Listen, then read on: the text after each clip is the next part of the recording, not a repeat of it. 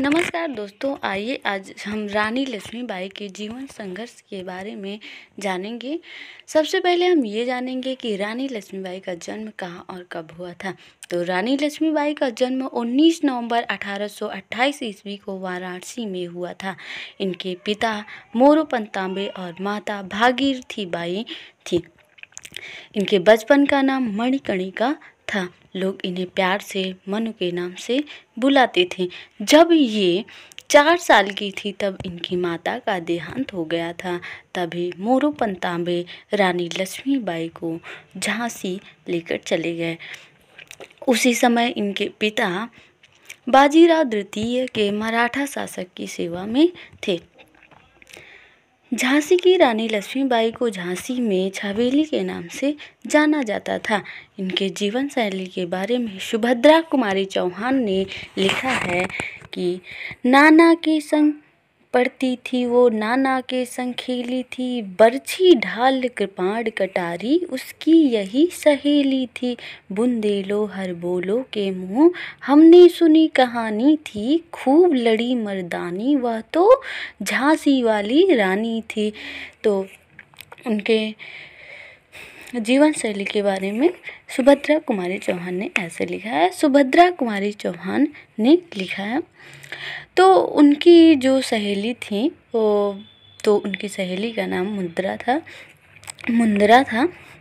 झांसी में ही उनका विवाह गंगाधर राव के साथ हो गया था। गंगाधर राव की 2 पत्नियां थीं।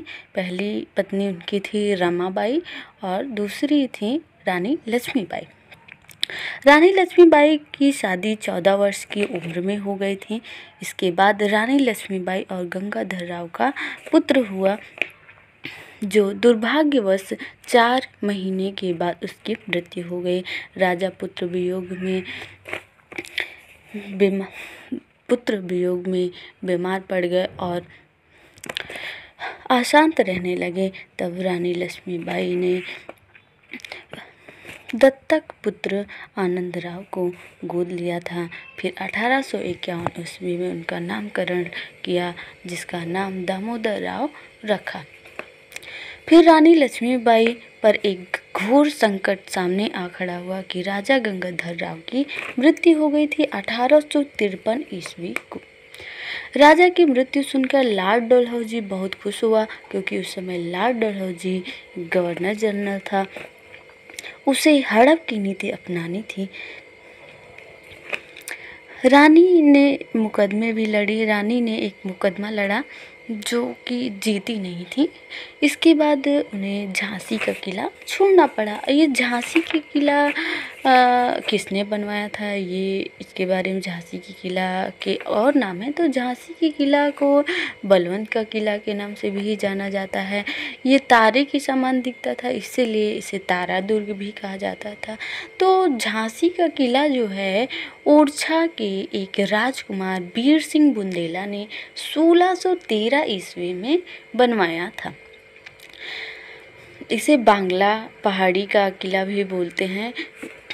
झांसी पहले जो था वो बलवंत नगर था। बलवंत नगर के नाम से जाना जाता था, इसीलिए उसे बलवंत का किला भी बोला जाता है। तो झांसी पहले बलवंत से झांसी क्यों पड़ा, ये भी तो आगे ये बात की झांसी क्यों पड़ा। ये तो पहले बलवंत नगर था, इसका पुराना नाम जो था झांसी का वो बलवंत नगर था। तो जब राजकुमार बीर सिंह बुंदेला ने किले के ऊपर चढ़कर अपने सहपाठी से पूछा, उनके सहपाठी ने बोला झांसा झांसा दिखाई दे रहा है। उन्होंने ये पूछा क्या दिखाई दे रहा है, तो उन्होंने कहा झांसा झांसा दिखाई दे रहा है, मतलब साफ साफ दिखाई दे रहा है, इसका अर्थ यही है। तभी से झांसा झांसा से झांसी बन गया है। तो फिर उसके बाद झांसी का किला जो है रानी लक्ष्मीबाई ने नहीं बनवाया था, बीर सिंह बुंदेला ने बनाया था, मराठा शासक ने। तो रानी लक्ष्मीबाई के पूर्वजों ने उसको हड़पा था। तो रानी लक्ष्मीबाई उसी किले को छोड़कर, जब रानी लक्ष्मीबाई किले को छोड़ना पड़ा क्योंकि मुकदमा हार गए, तो किले को छोड़ना पड़ा। तो रानी लक्ष्मीबाई उस किले को छोड़ करके रवाना हुई। तो कहा जाता है कि 200 सैनिकों के साथ कालपी पहुंची थी। वहीं तात्या टोपे से मुलाकात हुई थी। लेकिन बात यह है कि वो वहीं झांसी के किले से के आसपास खाई थी। बीच में जो था उसकी दीवारें थी। झांसी का किला, वहीं से वो कूदी थी।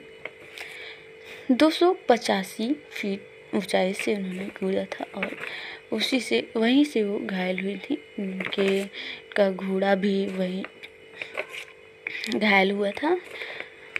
तो रानी इस किले से रवाना होने के बाद जब वो रानी महल को रवाना हुए, तब फिर एक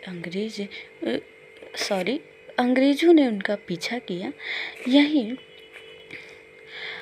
अंग्रेजों को पहली बार रानी को जो है कौन देखा? लैक ने देखा था।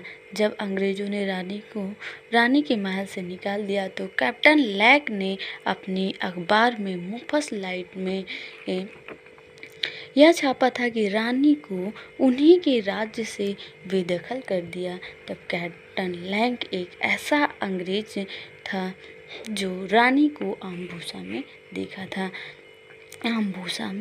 देखा था। कैप्टन रैड्रिक का सपना था कि रानी को वो खुद पराजित करे। तो कैप्टन रैड्रिक का सपना था कि वो रानी को खुद पराजित करे, लेकिन ऐसा नहीं हुआ था। एक अंग्रेज आदमी ने पीछे से उनकी कमर पर वार किया और वो गिर पड़ी। अपनी स्वास्थ्य की चिंता न करके उसको उन्होंने तलवार से मारने की कोशिश की। वो मृत्यु को तो प्राप्त नहीं हुआ, लेकिन वो घायल हो गया था। कई अंग्रेजों ने रानी के सर पर प्रहार किया, जिससे रानी की मृत्यु हो गई। 18 जून 1858 ईस्वी को ग्वालियर में शहीद हो गए। जब रानी की मृत्यु हो गई तब एक क्लीमेट हैनिस नाम का अंग्रेज ने यह कहा कि अस्त हो गया वो सूर्य, नहीं रही वो आस, मिट गया वो सूरज, मिट गया वो आसमां। महारानी लक्ष्मीबाई की वीर गाथा को देखकर अंग्रेजों ने भी सैल्यूट किया है। तो भारतीय सेनानियों और भारतीय लोगों के हृदय में महारानी लक्ष्मीबाई की वीरता के लिए अनेक प्रेरणादायी स्रोत बन गए हैं। तो रानी लक्ष्मीबाई के जीवन संघर्ष और आत्म बलिदान से जो हमें प्रेरणा मिलती है, उससे हमें ये प्राप्त होता है कि आत्मसमर्पण और मातृभूमि के प्रति आत्म बलिदान करने की प्रेरणा मिलती है। अगर हमारा वीडियो पसंद आया तो प्लीज़ सब्सक्राइब और लाइक